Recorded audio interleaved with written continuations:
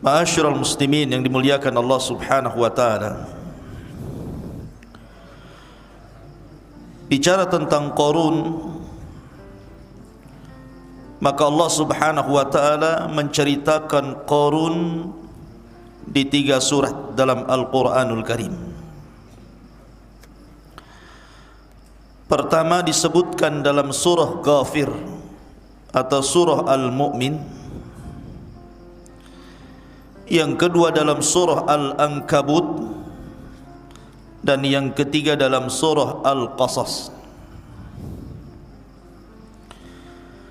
Di dalam surah Al-Mu'min atau Al-Ghafir,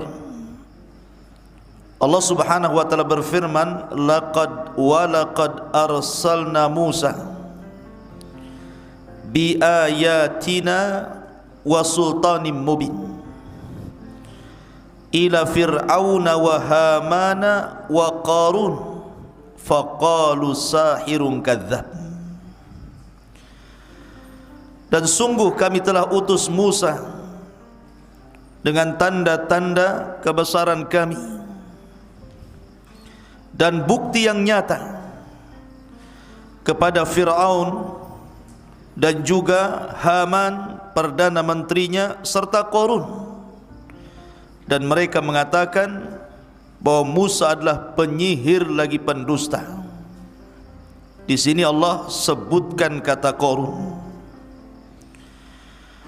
Kemudian dalam surah Al-Ankabut, wa qaruna wa fir'auna wa haman wa laqad ja'ahum Musa bil bayyinati fastakbaru fil ardi. Qarun, Fir'aun dan Haman, dan sungguh telah datang kepada mereka Musa dengan bukti-bukti yang nyata, mereka pun kemudian berlaku sombong di permukaan bumi. Dalam surah Al-Ankabut disebut kata Qarun. Tapi yang paling lengkap yang ingin kita kisahkan dalam Al-Quran ini Suratul Qasas, dari ayat 76 sampai 82. Di sini cukup lengkap kisah siapa Qarun itu. Ma'asyiral muslimin yang dimuliakan Allah Subhanahu wa taala. Sebelum saya mengkisahkan tentang Qarun ini, kita tahu bahwa Qarun ini hidup di zaman Nabiullah Musa alaihi salatu wassalam. Dan Al-Quran paling banyak menceritakan kisah-kisah para nabi ini adalah Nabiullah Musa alaihi salatu wassalam, nabi terbanyak yang dikisahkan dalam Al-Quran. Sampai-sampai Nabi Musa alaihi salatu wassalam disebut 131 kali di 33 surat dalam Al-Quran. Nabi Musa alaihi salatu wassalam sampai disebut 131 kali di 33 dalam surat di dalam Al-Quran. Ada surah Al-Baqarah, ada Al-A'raf, Yunus, Taha, Asy-Syu'ara, Namal, Qasas, dan surat-surat yang lainnya. Di 33 surat menunjukkan lengkapnya kisah Musa alaihi salatu wassalam. Dan Nabi Musa alaihi salatu wassalam salah satu rasul pilihan. Makanya Allah mengatakan dalam surah Al-A'raf 144, qala ya Musa inni istafaituka 'alan nasi birisalati wa bikalami. Wahai Musa, inni istafaituka, aku telah memilihmu dengan risalahku dan dengan kalamku. Dari sini kita tahu bahwa Musa adalah Kalimur Rahman, nabi yang banyak berdialog dengan Allah Subhanahu wa taala. Dan Nabi SAW pernah mengatakan la tufaddiluni ala Musa, jangan kalian lebihkan aku dibandingkan Musa. Fa innan nasa yas'aquna yaumal qiyamah fa akunu awwal man yafiq fa ajidu Musa batishan biqaimatil arsy fala adri asaiqa fa afaq qabli. Kata Nabi SAW, jangan lebihkan aku dibandingkan Musa, karena nanti pada hari kiamat manusia semuanya akan mati dalam tiupan sangkakala yang kedua. Kemudian orang yang pertama kali siuman adalah aku. Masalahnya ketika aku siuman, aku melihat Musa alaihi salatu wassalam sedang bersandar di tiang arasy, sehingga aku tidak tahu apakah aku lebih dahulu siuman ataukah Musa. Intinya bahwa Nabi Musa alaihi salatu wassalam memiliki keutamaan. Lah di zaman Nabi Musa inilah kisah Qarun dimulai. Di zaman Nabi Musa inilah kisah Qarun dimulai. Allah Subhanahu wa taala berfirman di dalam surah Al-Qasas, inna Qaruna kana min qaumi Musa. Sesungguhnya Qarun itu salah satu dari kaumnya Nabi Musa.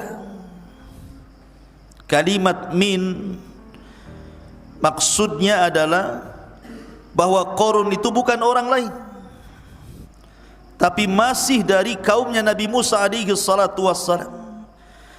Dari sini terjadi silang pendapat tentang siapa Qarun dan juga nasabnya. Saya akan sebutkan beberapa perselisihan para ulama. Ada yang mengatakan bahwa Qarun adalah ibnu ammi Musa, anak dari pamannya Nabi Musa alaihi salatu wassalam. Kalau anak paman berarti dengan Nabi Musa jatuhnya sepupu. Dan ini pendapat Ibrahim An-Nakhai. Ada juga yang mengatakan bahwa Nabi Musa, bahwa Qarun dia adalah ibnu khalah, maksudnya anak bibi, anak paman tapi dari jalur ibu, dari Nabi Musa alaihi salatu wassalam. Ada juga yang mengatakan bahwa Qarun adalah pamannya Nabi Musa alaihi salatu wassalam, sebagaimana yang disangkakan Muhammad ibn Ishaq bahwa Qarun itu pamannya Nabi Musa. Dan ada yang mengatakan bahwa Qarun adalah satu di antara kerabat-kerabat Nabi Musa. Dan ada juga yang mengatakan bahwa Qarun orang lain, tetapi dia bagian daripada kaumnya Nabi Musa. Tetapi pendapat yang masyhur, sebagaimana yang dikatakan Qatadah ibn Di'amah, seorang ulama dunia, mengatakan, mufassirin, bahwa yang rajih, yang kuat, Qarun itu adalah ibnu ammi Musa. Dia adalah anak dari pamannya Nabi Musa, dan dulu dia memiliki gelar Al-Munawwir. Jadi Qarun itu punya gelar Al-Munawwir. Kenapa disebut Munawwir, orang yang bercahaya? Karena Qarun itu termasuk ahli ibadah dan memiliki suara indah ketika tarannum Taurat. Jadi kalau seandainya dia membaca kitab Taurat kemudian melanggamkan Taurat, maka Qarun itu memiliki suara yang paling indah saat itu. Jadi kalau dia baca Taurat, orang suka dengan Qarun itu. Selain ahli ibadah, suka baca Taurat dan indah suaranya, sehingga orang mencintai Qarun dan memuja-muja Qarun. karena ahli ibadahnya dan kepakarannya terhadap Taurat. Lihat bagaimana Qarun ini dulu bukan orang jahat, orang baik. Bahkan dia dengan Nabi Musa alaihi salatu wassalam bahu membahu untuk mengajak manusia ke dalam kebaikan. Qarun itu. Tetapi Allah Subhanahu wa taala takdirkan belakangan Qarun terfitnah dengan harta. Kemudian semakin jauh dari Taurat, semakin jauh dari Taurat, semakin jauh dari ajaran Musa alaihi salatu wassalam.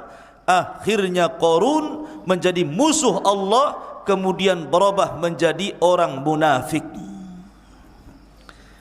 Dan di zaman Nabi Musa alaihi salatu wassalam, yang tadinya orang baik atau yang tadinya pengikut Nabi Musa kemudian menjadi munafik atau mungkin keluar dari agama Musa, itu 3 orang. Pertama Qarun, yang kedua Samiri, dan yang ketiga Bal'am ibn Ba'urah. Bal'am ibn Ba'urah. Pertama Qarun, tadinya orang saleh, orang baik, tetapi jadi munafik, keluar dari ajaran Musa alaihi salatu wassalam.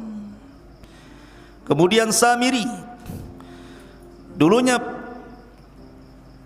termasuk kaumnya pengikut Nabi Musa alaihi salatu wassalam, kemudian malah memurtadkan Bani Israel. Kemudian Bal'am ibn Ba'urah, seorang ahli ibadah yang mengenal Ismul A'zam, nama-nama Allah yang agung, belakangan berperang melawan Nabi Musa alaihi salatu wassalam, yang menyebabkan Musa dan Bani Israel akhirnya diberikan ujian Allah Subhanahu wa taala. Ma'asyiral muslimin, ikhwan akhwat yang dimuliakan Allah Azza wa Jalla, adapun nasabnya, nasab daripada Qarun, Qarun ini dikatakan nasabnya oleh para ulama Qarun ibn Yashub atau Yashur. Qarun ibn Yashub atau Yashur ibn Qahith, ibn Qahith. Qarun ibn Yashub atau Yashur ibn Qahith, dan nasabnya sampai kepada Nabi Allah Ya'qub alaihi salatu wassalam. Dari sini menunjukkan bahwa Qarun itu dari Bani Israel, karena nasabnya sampai kepada Ya'qub. Dan Israel itu istilah daripada atau nama lain daripada Ya'qub alaihi salatu wassalam. Jadi Ibrahim alaihi salatu wassalam punya anak. Pertama Ismail, dari Ismail ini lahir keturunannya pemimpin para nabi dan rasul sekaligus penutup para nabi dan rasul, Muhammad sallallahu alaihi wasallam. Kemudian dari jalur Sarah lahirlah Ishak, dan dari Ishak ini lahirlah Ya'qub, dan dari Ya'qub inilah lahir Bani Israel. Karena Ya'qub itu nama lain daripada Israel.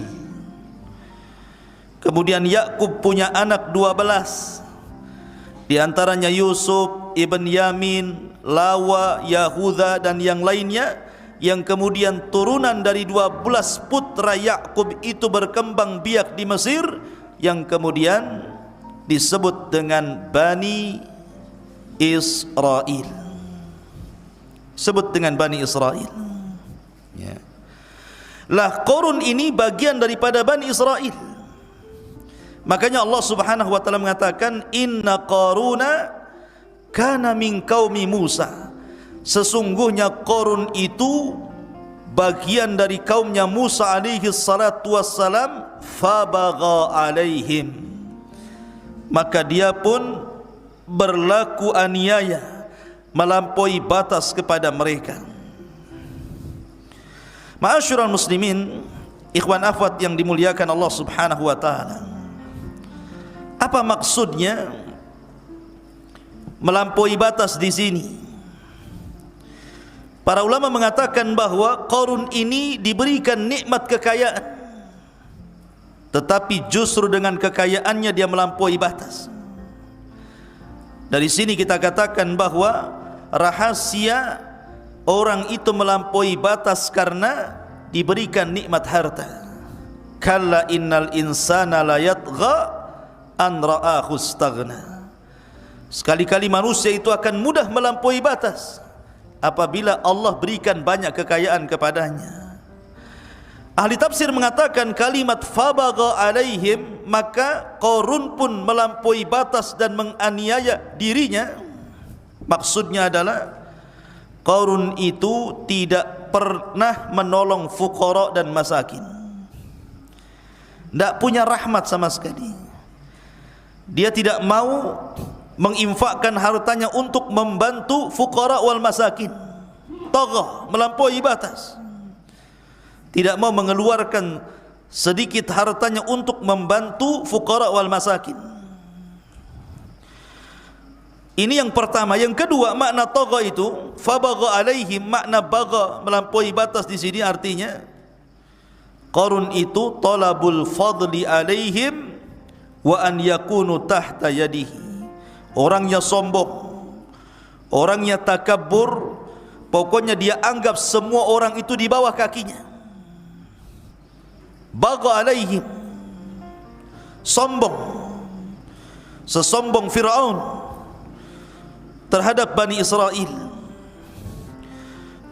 Kemudian juga ada yang mengatakan bahwa kalimat bagha alaihim, maka Qarun pun akhirnya melampaui batas kepada mereka, sebagaimana dikisahkan oleh Al-Imam Al-Kalbi rahimahullahu ta'ala. Karena Qarun ini hasad. Dia hasad kepada siapa? Kepada Nabi Musa alaihi salatu wassalam. Apa hasadnya? Dia datang kepada Nabi Musa dan mengatakan, ya Musa, amma la in kunta faddalta alayya bin nubuwah faqad fuddiltu alayka bil mal. Wahai Musa, memang Allah sudah berikan keistimewaan kepada kamu dengan kenabian, tapi aku juga tidak kalah istimewanya karena Allah Subhanahu wa taala sudah memberikan banyak harta kepadaku. Qarun sombong, dikiranya kekayaannya bisa menandingi nikmat nubuwah, dan ini prasangka yang salah. Banyak orang-orang kaya itu walaupun mereka bermaksiat tapi diberikan kekayaan, seolah-olah dia punya kedudukan di hadapan Allah dan mengatakan Rabbi akraman, Rabbku telah memuliakan diriku. Tapi kalau seandainya dicabut kekayaannya, dia pun mengatakan Rabbi ahanan, Rabb sudah menghinakan diriku. Jadi Qarun kemudian mengatakan seperti itu kepada Musa. Hasadnya Qarun kepada Musa, akhirnya Qarun pun berlaku sewenang-wenang, kemudian berbuat jahat kepada nabinya. Fabagha alaihim, maka Qarun pun menganiaya terhadap mereka. Kemudian Allah Subhanahu wa taala menyebutkan sebabnya dan dalam Al-Qur'an di sini. Kenapa Qarun itu sejahat itu? Perhatikan, wa atainahu minal kunuzi ma inna mafatihahu latanu bil usbati ulil quwwah. Sesungguhnya Qarun termasuk kaum Musa, maka ia berlaku aniaya terhadap mereka. Apa penyebab aniayanya Qarun kepada mereka? Karena kami telah menganugerahkan kepada Qarun pembendaharaan harta yang kunci-kuncinya sungguh berat dipikul sejumlah orang-orang yang kuat. Sebagian ahli tafsir mengatakan, jadi Qarun itu punya gudang banyak. Ada yang mengatakan kunuz itu artinya al-fiddah, al-zahab wal-fiddah. Jadi Qarun itu punya banyak emas, punya banyak perak. Sampai gudang-gudang penyimpanan emas dan peraknya itu banyak sekali. Dan di sini Allah mengatakan wa atainahu minal kunuz ma inna mafatihahu, kuncinya gudang itu Disebutkan oleh ahli tafsir, itu diletakkan di sebuah kulit kering itu, ya. Kemudian diletakkan kuncinya di situ, kemudian dibungkus. Lah, kulit yang dibungkus yang isinya kunci itu tidak bisa dibawa manusia, hanya bisa dibawa baglah. Baglah itu semacam keledai, tapi bukan keledai. Dia di bawah kuda tapi di atas keledai. Besarnya baglah itu. Jadi kuncinya itu ditaruh di atas, mungkin bahasa kitanya karung goni gitu ya. Kemudian diletakkan di atas baglah itu, dan jumlah baglahnya itu, jumlah keledainya itu, kata para ulama, situna baglah, 60 keledai. Jadi kuncinya saja diletakkan di baglah itu, dan jumlah baglahnya, keledainya itu 60. Dan kalau seandainya kuncinya itu dipikul, bukan orang biasa, orang kuat-kuat itu susah untuk dipikul saking beratnya. Itu baru kuncinya. Gimana gudangnya gitu maksudnya. Kuncinya saja sulit untuk dipikul saking banyaknya. Itu pun harus dipikul dengan keledai yang berjumlah 60 keledai. Berarti banyak kuncinya itu. Kalau sudah banyak kuncinya, tentu banyak gudangnya. Kalau sudah banyak gudangnya, berarti banyak emas dan peraknya. Makanya kenapa harta Qarun terkenal sampai hari ini. Kalau antum nemu dompet di jalan, wah, dapat harta Qarun katanya. Bukan, itu harta orang, bukan harta Qarun. Saking terkenalnya Qarun itu, setiap orang menggali tanah dapat harta, langsung dikatakan harta Qarun. Saking kayanya Qarun itu, sampai Allah Subhanahu wa taala mengabadikan dalam Quran dan diceritakan sampai hari ini. Ma'asyiral muslimin yang dimuliakan Allah Azza wa Jalla. Lah Qarun ini, ikhwatu fiddin, muliakan Allah Azza wa Jalla, dinasihati orang baik. Datang orang saleh, karena ketika itu Bani Israel terbagi menjadi dua ketika mensikapi Qarun itu.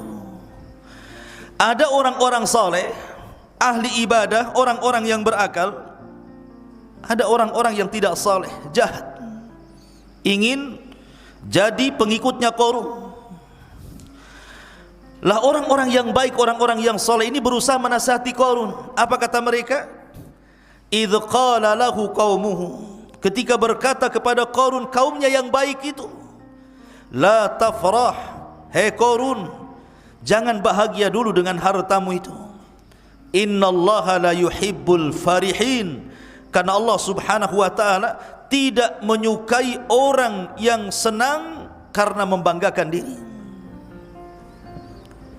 Senang itu tidak tercela pada dasarnya.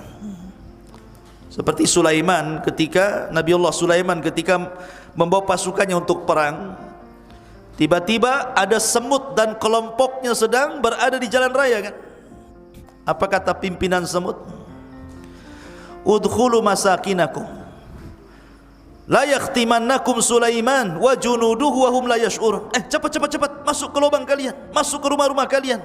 Jangan sampai Sulaiman dan tentaranya menginjak kalian sementara mereka tidak tahu kalau kalian diinjak mereka. Sulaiman dengar kupingnya itu apa yang dikatakan pimpinan semut itu.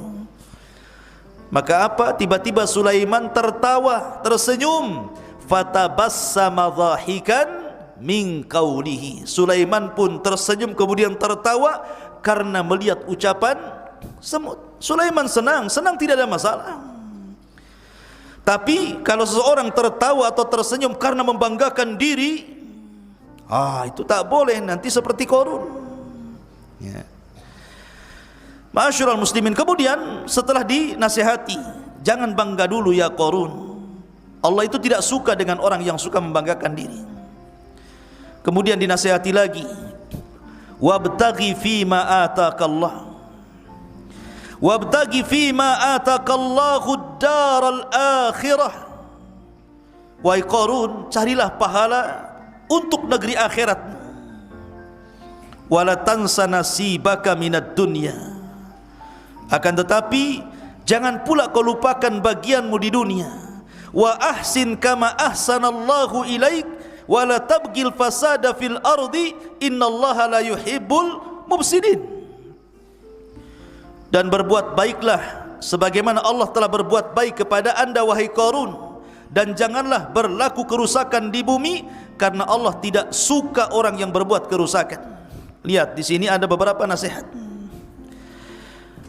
Orang-orang baik ini mengatakan, wahai Qarun, pertama, kau boleh mencari harta, kau boleh kaya, tetapi tujuan mencari hartamu itu adalah wabtaghi fima ataqallah daral akhirah. Tujuanmu harus akhirat dulu. Ini nasihat yang pertama. Kau boleh cari harta, kau boleh jadi orang kaya, tapi tujuan mencari harta dan kekayaan itu, ingat, bukan untuk hidup di dunia, tapi untuk hidup di akhirat. Ini yang pertama. Yang kedua, wala tansa nasibaka minad dunya. Siapa yang melarang kamu untuk kaya Qarun? Silahkan kaya, silahkan. Kamu boleh kemudian membeli rumah yang bagus, kendaraan yang indah, pakaian yang bagus, yang indah, tidak ada masalah, tidak dilarang orang itu membeli rumah bagus, kendaraan bagus, pakaian yang bagus, tidak dilarang. Siapa yang melarang? Fa bi ni'mati rabbika fahaddits. Dengan nikmat Allah itu kita boleh menampakkannya. Akan tetapi tentu tujuan awal jangan dilupakan bahwa harta itu hakikatnya kendaraan kita untuk menuju surga, bukan untuk memasukkan ke neraka. Kemudian yang ketiga, wa ahsin kama ahsanallah. Berbuat baiklah Qarun. Lihat orang-orang miskin di sekitarmu, lihat orang-orang fakir di sekitarmu, mereka memerlukan dirimu, mereka berhajat kepadamu, sedekahkan hartamu kepada mereka. Kama ahsanallah, sebagaimana Allah telah berbuat baik kepadamu. Kemudian nasihat yang keempat, wala tabghil fasada fil ardi.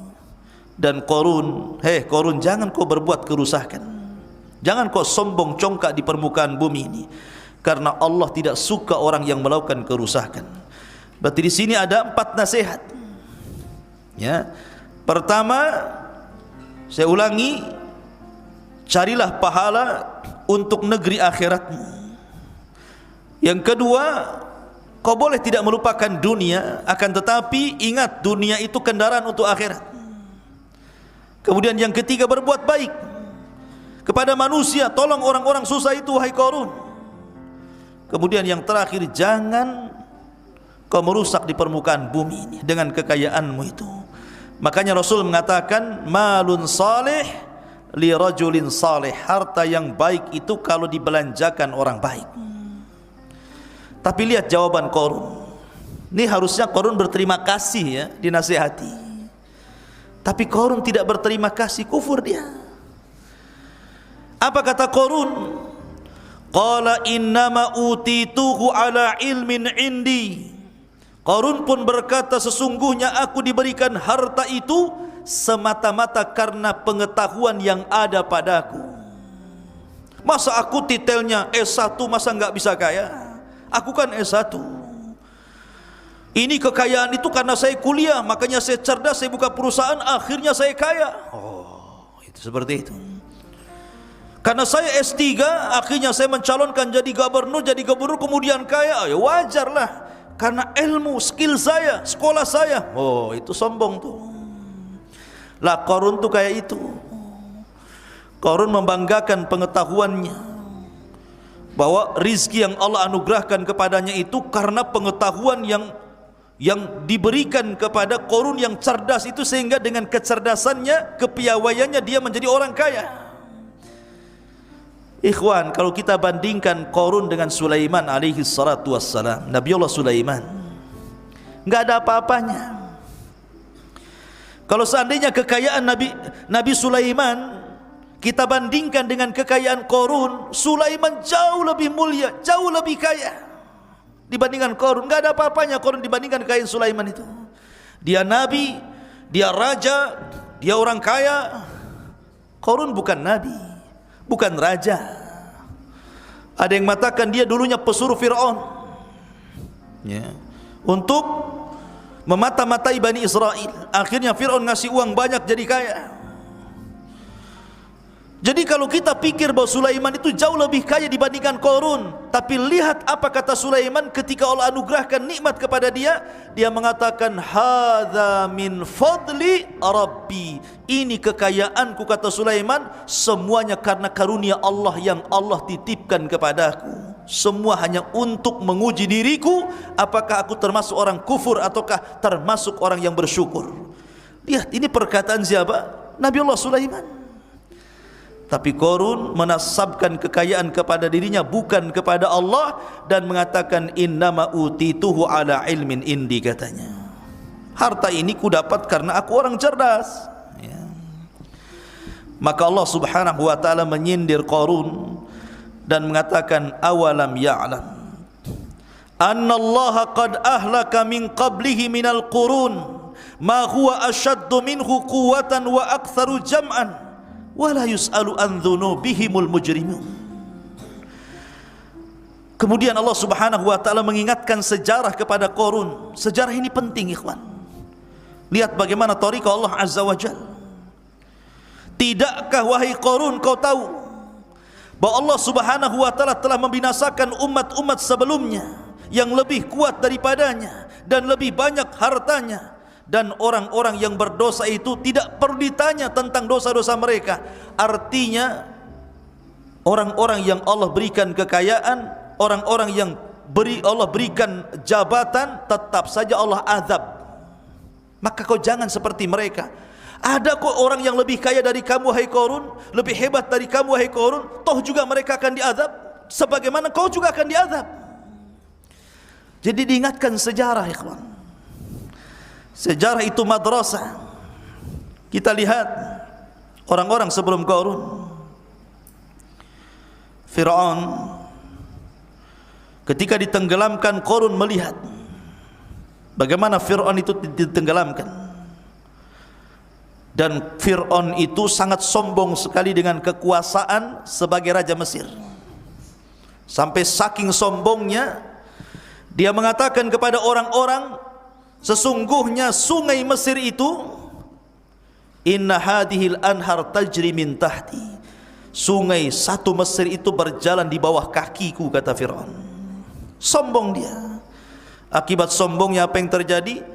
Ketika dia mengatakan bahwa seluruh sungai Mesir di bawah kakinya, Allah tenggelamkan pula dengan sungai itu sendiri. Allah tenggelamkan dengan Laut Merah. Namrud ketika dia mengatakan ana uhyi wa umit, di hadapan Ibrahim dia mengatakan saya bisa menghidupkan dan bisa mematikan. Kata Ibrahim, bagaimana caranya? Oh, datangkan kemari 2 orang dari penjara, kemudian dibunuh satu, dilepaskan satu. Kata Namrud, ana uhyi wa umit, aku menghidupkan dan mematikan, katanya. Lihat, yang satu mati, yang satu hidup, katanya. Itu Namrud. Ketika dia mengatakan ana uhyi wa umit, apa yang terjadi? Allah Subhanahu wa taala kirim ba'udah, kirim nyamuk, kemudian masuk di telinganya, kemudian masuk ke dalam otaknya, digerogoti otaknya. Pusing dia mengeluarkan seekor nyamuk dari kepalanya, tidak bisa-bisa. Akhirnya setiap hari digedar-gedorkan ke tembok tuh. Sampai suatu ketika dia tidak tahan, nyamuknya ini menggigit-gigit otaknya. Dia katakan kepada pembantunya, ambilkan sandal, pukullah kepalaku. Rupanya dipukul sama sandal pembantunya, mati Namrud. Ya. Namrud mati dengan seekor nyamuk yang mengatakan ana uhyi wa umit, katanya. Saya bisa menghidupkan dan saya bisa mematikan. Mati dengan seekor nyamuk. Ya, subhanallah, sombong. Ya. Maka Qarun juga sama. Ketika dia mengatakan innama utitu min ilmin indi, harta ini datang karena pengetahuanku, bukan dari Allah Subhanahu wa taala. Maka apa yang terjadi? Fa khassafna bihi wa bidarihil ardha, kami tenggelamkan Qarun dan seluruh kekayaannya. Nanti kisahnya di akhir. Tapi yang jelas bahwa Qarun diingatkan tentang sejarah umat dulu. Ya. Ma'asyiral muslimin, ikhwan akhwat yang dimuliakan Allah Azza wa Jalla. Kemudian Allah katakan, kharaja ala qaumihi fi zinatihi. Qala alladhina yuriduna al-hayata ad-dunya ya laita lana mithla ma utiya Qarun innahu ladzu haddin azim. Suatu ketika Qarun ini keluar, ingin ria, ingin dipandang orang. Ingin dipandang orang pakai pakaian yang paling bagus gitu kan. Mungkin mereknya belum dicabut, masih nyantol gitu. Dia keluar tuh dengan ratusan pembantunya, ratusan budak-budaknya, ribuan kekayaannya, ratusan kendaraannya, beriring-iringan, pawai, diperlihatkan kekayaannya kepada Bani Israel. Lihat aku orang kaya maksudnya. Fa kharaja ala qaumihi fi zinatihi, maka keluarlah dia Qarun kepada kaumnya dengan kemegahannya. Orang-orang yang menginginkan kehidupan dunia berkata, mudah-mudahan kita mempunyai harta kekayaan seperti apa yang diberikan kepada Qarun. Sesungguhnya dia benar-benar mempunyai keberuntungan yang besar. Jadi ketika orang-orang melihat iring-iringan Qarun yang panjang sekali itu, dengan untanya, dengan kudanya, dengan himarnya, dengan kekayaannya, dengan pembantunya, dengan pasukannya itu, maka Bani Israel terbelah menjadi dua. Ada yang memang hatinya terkalahkan dengan dunia, melihat hal itu, kapan aku ingin kayak Qarun itu. Ada orang yang seperti itu, kapan aku kayak dia gitu ya. Sama, hati-hati antum nih. Kadang-kadang antum pulang punya tetangga kaya raya, motor bagus, mobil bagus gitu kan. Kapan aku kayak dia katanya. Susah kali aku kayak dia. Kadang-kadang ada hatinya seperti Bani Israel yang melihat Qarun itu. Tetapi ada juga orang-orang baik, tidak silau dengan dunia. Apa kata mereka? Wa qala alladhina utul ilma wailakum thawabullahi khairun liman amana wa amila salihan wa la yulqaha illa sabirun. Tetapi orang-orang yang dianugerahkan ilmu berkata, celakalah engkau, ketahuilah pahala Allah lebih baik bagi orang-orang yang beriman dan mengerjakan kebaikan, dan pahala besar itu hanya diperoleh orang-orang yang sabar. Jadi manusia terbelah menjadi dua, ada yang soleh, ada yang toleh. Tahu toleh? Tolah toleh itu. Toleh orang jahat ya. Akhirnya suatu ketika diriwayatkan ikhwan, Qarun ini dia hendak memfitnah Nabi Musa alaihi salatu wassalam. Dengan cara apa? Karena dia hasad dengan Nabi Musa alaihi salatu wassalam, maka Qarun ingin memfitnah Nabi Musa bahwa Musa itu berzinah dengan seorang wanita. Jadi dia menyewa perempuan pelacur, kemudian dibayarnya sekian emas dan perak agar mengatakan di hadapan manusia bahwa dia sudah berzina dengan Nabi Musa. Lihat siasat liciknya Qarun untuk menyakiti Nabi Musa, nabinya sendiri Musa alaihi salatu wassalam. Akhirnya wanita ini kemudian deal-dealan dengan Qarun. Kata Qarun, deal or no deal? Deal sajalah, karena tengok emas sama perak yang banyak. Dari sini Qarun mempersiapkan siasat besar. Dia membuat pesta yang sangat besar. Walaupun riwayat ini memang riwayat Israiliyat, sekali lagi tidak ada dalam kutubus sittah, tapi ini riwayat Israiliyat saja. Saya sebutkan sebagai pengetahuan saja. Dia membuat pesta besar, diundangnya Musa alaihi salatu wassalam. Diundang Nabi Musa alaihi salatu wassalam. Kemudian Musa pun datang. Tiba-tiba kemudian wanita ini datang dan hampir-hampir kemudian menuduh Musa berzina dengan dia. Maka manusia di tengah-tengah orang ramai, seorang wanita mengatakan, saya berzina dengan Nabi Musa. Apa maruahnya Musa coba? Mau kemanakan kehormatan Musa, seorang nabi? Tetapi Nabi Musa alaihi salatu wasallam berlindung, a'udzu billahi mink innani la aqrabu hadhil fawahish. Aku berlindung kepada Allah dari kamu. karena saya tidak pernah melakukan fahisyah seperti ini, perzinahan seperti ini. Faqala lahu Qarun, Qarun pun mengatakan, inna bani Israel yaz'umuna annaka fajarta bifulana. Bani Israel menyangka engkau sudah melakukan kefajiran dengan seorang wanita. Kata Nabi Musa alaihi salatu wasallam, datangkan wanita itu. Kalau memang betul-betul aku berzinah dengan dia, datangkan wanita itu. Maka ketika wanita itu datang, melihat Nabi Musa, ketakutan wanita itu. Maunya dia menuduh Nabi Musa telah berzina dengan dirinya, karena lihat Nabi Musa, karismanya, ketakutanlah dia kepada Nabi Musa. Tidak jadi dia ngomong saya berzina dengan Nabi Musa, justru dia mengatakan, sebenarnya aku disuruh Qarun untuk mengatakan aku berzina dengan Nabi Musa karena mendapatkan ini dan itu. Terbongkarlah kedok siasat buruknya Qarun kepada Nabi Musa alaihi salatu wassalam. Dari sini akhirnya kemudian dalam riwayat, Qarun ketika itu datang utusan Nabi Musa agar Qarun mengeluarkan zakatnya. Dia harus mengeluarkan zakat. Setiap orang yang kaya harus mengeluarkan zakat. Dalam Islam kan seperti itu. Kalau nisabnya sudah senisab emas 84 gram, maka dikeluarkan 2,5%. Kalau kambing 40 kambing, 1 kambing dia keluarkan. Maka dalam syariat Nabi Musa juga sama. Kalau sudah banyak hartanya, keluarkan zakatnya. Tetapi Qarun tidak mau. Akhirnya dia pun mengumpulkan manusia ingin berjumpa dengan Nabi Musa.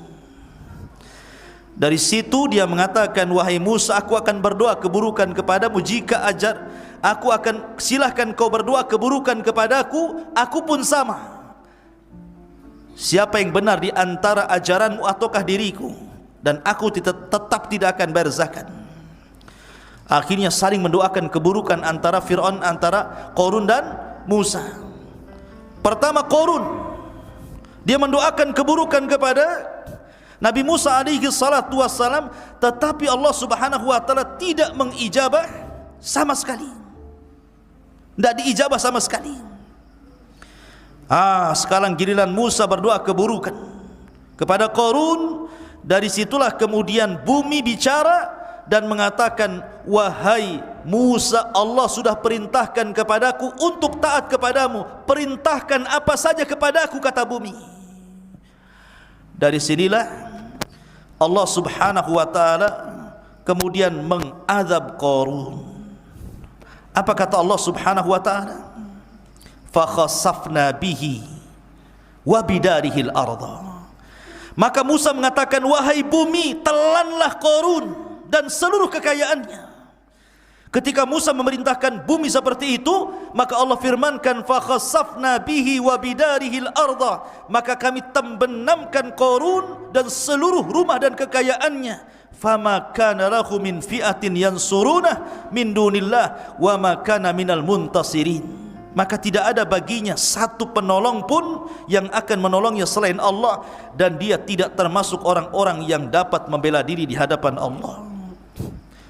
Sekarang Qarun sudah masuk ke perut bumi. Sak rumah-rumahnya, sak harta-hartanya, tidak ada tersisa. Ketika masuk semua ke dalam bumi, maka bumi menutupnya. Dan semua sudah di perut bumi. Maka siapapun yang dapat harta dari perut bumi, orang-orang menyangkanya sebagai harta Qarun. Ini harta Qarun nih.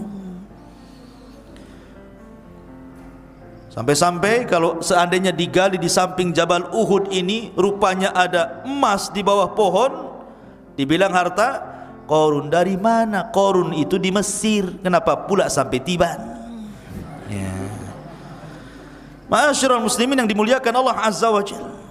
Tapi saking masyhurnya, pokoknya setiap dapat harta di bawah bumi dibilangnya harta Qarun. Saking masyhurnya kisah ini. Ketika betul-betul Qarun diazab, ikhwan, ini orang-orang yang tadinya ngomong, kapan aku seperti Qarun, kapan aku seperti Qarun, ketika melihat azab yang Allah timpakan kepada Qarun, apa yang terjadi? Wa asbahal ladzina tamannau makanata bil amsi yaquluna waika annallaha yabsutur rizqa liman yasha min ibadihi wa yaqdir laula an mannallahu alaina la khasafa bina waika annahu la yuflihul kafirun. Dan orang-orang yang beriman dan orang-orang yang kemarin mengangan-angankan kedudukannya seperti Qarun tiba-tiba berkata, aduhai, benarlah kiranya Allah yang melapangkan rizki bagi siapa yang Dia kehendaki di antara hamba-hambanya, dan membatasi bagi siapa yang dikehendaki di antara hamba-hambanya. Karena sekiranya Allah tidak melimpahkan karunia pada kita, tentu Dia telah membenamkan kita pula di sini. Aduhai, benarlah kiranya tidak akan beruntung orang-orang yang mengingkari nikmat Allah. Artinya di sini ikhwan, kalau seandainya setiap orang yang minta harta itu Allah berikan harta yang dimintanya, setiap orang yang minta kekayaan Allah berikan kekayaannya, maka satu dunia pasti orang akan bejat, pasti orang akan jahat dan kufur. Makanya kenapa Allah Subhanahu wa taala membagi nikmat itu karena sebuah hikmah. Ada orang yang kalau tidak diberikan kekayaan bisa kufur. Ada pula orang yang kalau dilimpahkan kekayaan dia pula jadi kufur. Makanya kenapa Allah Subhanahu wa taala takdirkan ada si kaya, ada si miskin. Karena terkadang ada orang miskin kalau dikasih kekayaan jangan-jangan makin jauh dari Allah, sebagaimana orang kaya kalau dimiskinkan makin jauh daripada Allah. Semua nikmat itu sudah dibagi-bagi Allah secara rata dan adil, baik kepada si miskin ataupun si kaya. Jangan kira orang kaya itu lebih nikmat dibandingkan orang miskin. Siapa bilang? Saya contohkan. Terkadang ada orang kaya sanggup dengan uangnya membeli macam lauk pauk di mejanya, mungkin 200-300 macam lauk pauk, mulai dari rendang sampai ikan asin ada semua di situ. Tapi terkadang Allah kunci lisannya, tidak ada satu makanan yang bisa dimakan. Makan ini darah tinggi naik, makan ini kolesterol naik, makan ini stroke, bisa mati aku naik nanti. Ada orang sanggup membeli makanan dengan berbagai macam lauk pauk, ujung-ujungnya makan kentang rebus. Gak bisa dimakan tuh yang enak-enak itu.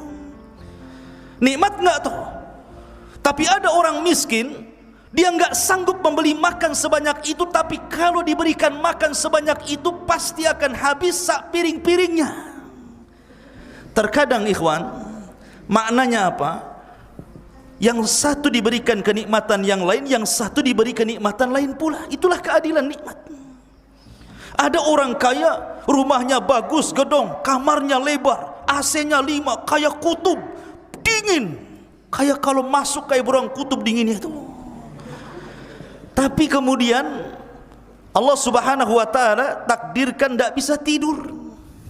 Kan ada orang kaya itu susah tidur. Rumahnya bagus, kasurnya empuk, AC-nya 5, tidak bisa tidur kecuali minum pil baru bisa tidur. Tapi ada orang miskin sudah nyewa, atapnya pakai seng, sekali tidur 2 detik langsung ngorok. Tidur subuh, bangun subuh, lama kali tidurnya. Ada orang yang seperti itu. Tidak perlu kamar bagus-bagus ada AC, pokoknya ada bantal saja langsung ngorok dia. Lihat bagaimana Allah memberikan kenikmatan itu sudah dibagi rata, seadil-adilnya gitu kan. Makanya di sini Allah mengatakan, dan orang-orang yang kemarin mengangan-angankan kedudukannya seperti Qarun berkata, aduhai, benarlah kiranya Allah melapangkan rizki bagi siapa yang dikehendaki di antara hamba-hambanya, dan membatasi bagi siapa yang dikehendaki di antara hamba-hambanya. Kenapa yang ini dibatasi, yang ini tidak? Karena dikhawatirkan kalau semua orang diberikan permintaan kekayaannya, satu bumi ini bisa kufur, ikhwan. Makanya kenapa Allah Subhanahu wa taala mengingatkan di banyak ayatnya dalam Al-Quranul Karim tentang bahayanya seseorang itu kemudian mencintai hartanya berlebihan. Seperti Allah Subhanahu wa taala berfirman dalam sebuah ayat dalam Al-Quranul Karim, kalla innal insana la yatgha an ra'ahu stagna. Sekali-kali manusia itu mudah melakukan atau melampaui batas jikalau Allah Subhanahu wa taala memberikan banyak kekayaan kepadanya.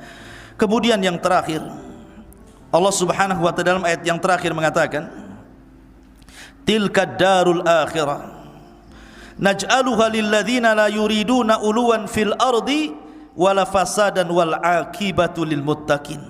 Negeri akhirat ini kami jadikan bagi orang-orang yang tidak menyombongkan dirinya dan tidak berbuat kerusakan di bumi, dan kesudahan yang baik bagi orang-orang yang bertakwa. Dari sini ikhwatu fiddin yang dimuliakan Allah Azza wa Jalla, ada beberapa faedah. Ada 5 faedah. Pertama, bahwa harta itu terkadang menjadikan orang itu rugi dunia dan rugi akhirat. Terkadang sahibul mal, pemilik harta itu justru mengalami kerugian dunia dan kerugian akhirat. Sudah rugi di dunia, rugi di akhirat.